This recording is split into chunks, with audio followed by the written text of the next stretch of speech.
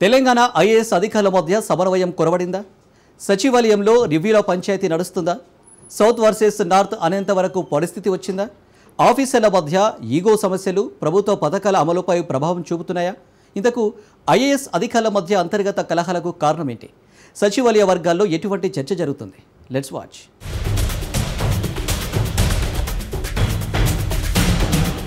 IAS ఆఫీసర్ల మధ్య రివ్యూలో పంచాయతీ.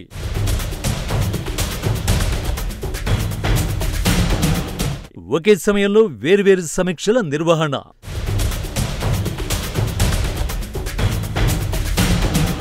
సమన్వయ లోపంతో ప్రభుత్వ పాలనపై ఎఫెక్ట్.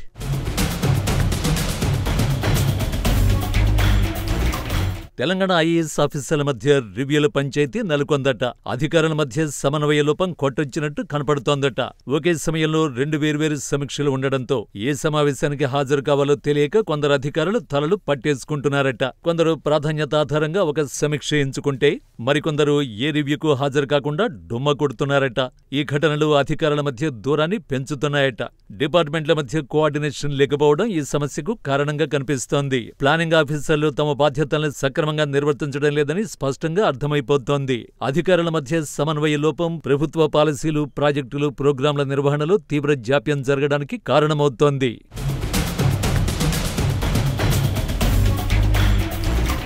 తెలంగాణ రాష్ట్ర సచివాలయంలో ఉన్నత స్థాయి ఐఏఎస్ అధికారుల మధ్య నెలకొన్న అంతర్గత విభేదాలు, ఈగోల సమస్యలు ప్రభుత్వ విధానాల అమలుపై తీవ్ర ప్రభావాన్ని చూపుతున్నాయని పలువురు కింది స్థాయి ఉద్యోగులు చర్చించుకుంటున్నారు. ముఖ్యమంత్రి రేవంత్ రెడ్డి పదే పదే సమన్వయంతో అధికారులు పనిచేయాలని సూచించినప్పటికీ కొంతమంది అధికారుల నిర్లక్ష్యం, వారి వ్యక్తిగత ఈగోలు ప్రభుత్వానికి ఇబ్బందికరంగా మారాయట.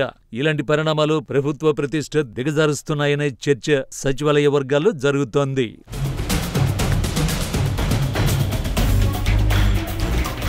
ఇటీవల సెక్రటేరియట్లో జరిగిన డిపార్ట్మెంటల్ ప్రమోషనల్ కమిటీ సమావేశమే అధికారుల మధ్య విభేదాలకు తాజా ఉదాహరణగా చెప్పుకుంటున్నారు. వికాస్ రాజ్ చైర్మన్ గా ఉన్న ఈ కమిటీలో సీనియర్ ఐఏఎస్ అధికారి సందీప్ కుమార్ సుల్తానియాతో పాటు పలువురు అధికారులు సభ్యులుగా ఉన్నారు.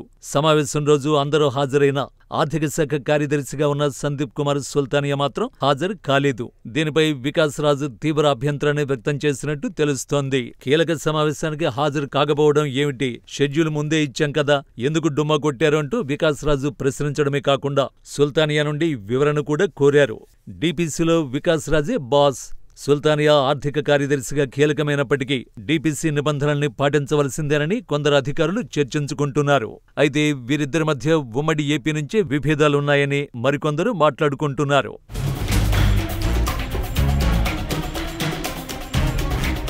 ఐఏఎస్ అధికారుల మధ్య సౌత్ వర్సెస్ నార్త్ అన్న రీతిలో చీలికలు ఏర్పడ్డాయనే ప్రచారం జరుగుతోంది.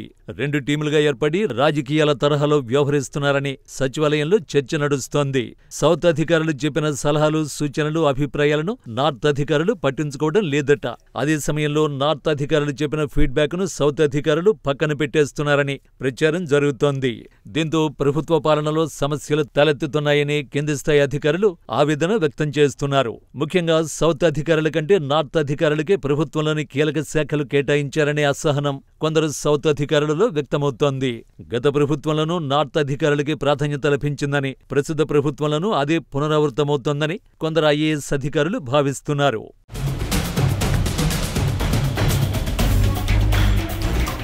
గత ప్రభుత్వంలో కేసీఆర్, కేటీఆర్, హరీష్ రావులకు దగ్గరగా ఉన్న ఐఏఎస్ అధికారులకు ఈ ప్రభుత్వంలోనూ పెద్దపీట వేశారనే చర్చ జరుగుతోంది.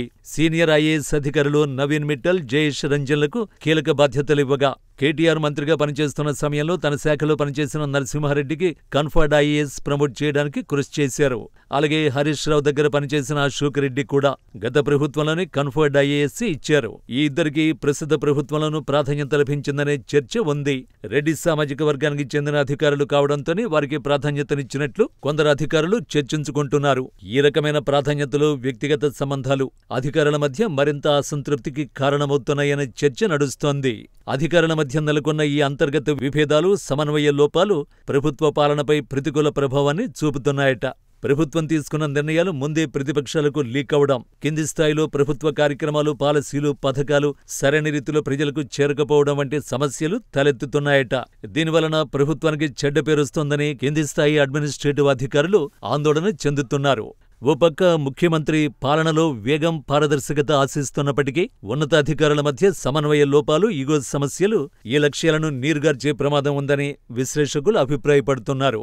మొత్తానికి తెలంగాణ ఐఏఎస్ అధికారుల మధ్య సమన్వయ లోపం కొట్టొచ్చినట్టు కనపడుతోంది. ప్రభుత్వంలోని పెద్దలు ఈ సమస్యను పరిష్కరించకపోతే పాలనపై ప్రభావం పడే అవకాశం ఉందని సెక్రటేరియట్లో టాక్ నడుస్తోంది. మరి ఐఏఎస్ అధికారుల మధ్య పంచాయతీని ప్రభుత్వ పెద్దలు ఏ విధంగా పరిష్కరిస్తారో వేచి చూడాలి.